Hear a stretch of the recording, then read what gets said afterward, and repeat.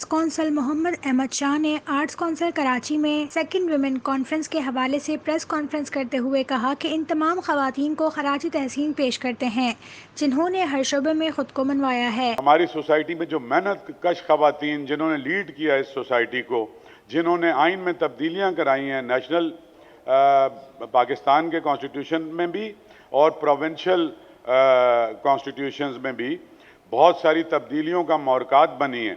یعنی یہ خالی ایک ظلم کی داستان نہیں ہے، اس میں ایک بہت بڑی سکسس سٹوری بھی ہے کہ پچھلے اگر ہم اپنا ہی لے لیں تو پچھلے 70-71 سال میں پاکستان کی عورت نے کتنا سفر طے کیا ہے، کتنا کام آگے کیا ہے۔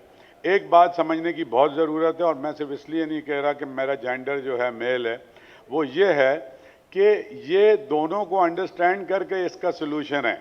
یہ خالی عورتیں اس کا سلوشن نہیں نکال سکتی۔ سیکنڈ ویمن کانفرنس کا انعقاد اپنی فیلڈ کی ماہر خواتین کی مشاورت سے کیا جا رہا ہے، جن میں اکنامک سیکنڈ وومن کانفرنس ہونے جا رہی ہے، اس میں ہم تمام SOPs کو فالو کریں گے۔ ماسک اگر کوئی نہیں لگا کے آئے گا تو آرٹس کاؤنسل ماسک پرووائڈ کرے گا۔ اس کے علاوہ سینیٹائزر آرٹس کاؤنسل اس کا بھی انتظام کرے گا، اور کوشش کرے گا کہ سوشل ڈسٹنسنگ جو ہے آڈیٹوریم میں ایک سیٹ چھوڑ کے ایک، جیسے پچھلے سال ہم نے کیا تھا، وہ کریں۔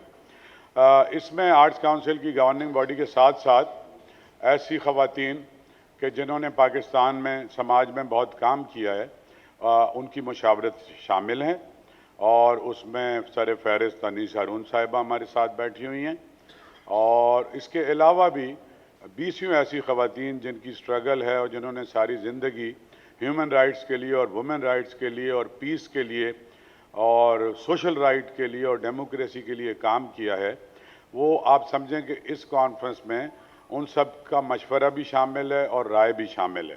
اس موقع پر انیس ہارون نے کہا کہ ہم برتری کا دعویٰ نہیں کرتے بلکہ برابری چاہتے ہیں۔ عورتوں کی لڑائی مردوں کے خلاف نہیں بلکہ خواتین کو حقوق نہ ملنے کے خلاف ہے۔ ایک اور بات میں یہاں پہ یہ غلط فہمی بھی دور کرنا چاہتی ہوں کہ عورتوں کی یہ جو جدوجہد ہے، عورتوں کی جو یہ لڑائی ہے، یہ مردوں کے خلاف نہیں ہے، یہ سسٹم کے خلاف ہے۔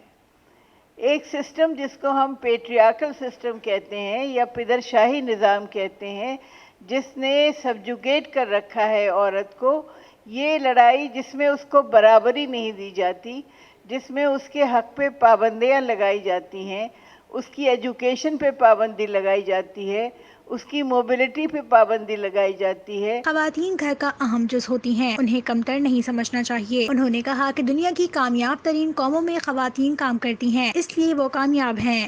ایک مشہور روسی مفکر نے کہا تھا کہ اگر آپ یہ دیکھنا چاہتے ہیں کہ ایک معاشرہ کتنا تہذیب یافتہ ہے، تو آپ یہ دیکھیں کہ وہاں پہ خواتین کو کیا حیثیت، کیا مقام دیا گیا ہے۔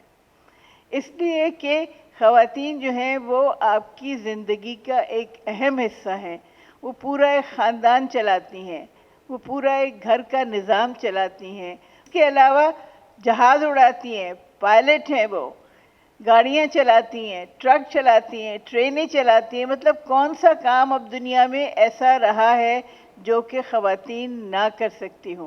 نور الہدا شاہ نے کہا کہ آرٹس کونسل کراچی میں ویمن کانفرنس کے انعقاد میں ہمیں صرف خواتین کی نہیں بلکہ مردوں اور بچیوں کی بھی ضرورت ہے۔ بطور انسان جھنجھوڑنے کی، زندہ کرنے کی، اور ہم سب کے گھروں میں، ہماری آنے والی نسلوں کے گھروں میں اور ان کے گھروں میں ایک محبت اور عزت سے بھرپور زندگیوں کی روایت ڈالنے کی کوشش ہے۔ اور ظاہر ہے کہ یہ آرٹس کونسل میں جو انعقاد ہوگا اس میں ہم تنہا نہیں، ہمیں تمام مرد حضرات، تمام خواتین، تمام بچیوں کی ہمیں ضرورت رہے گی۔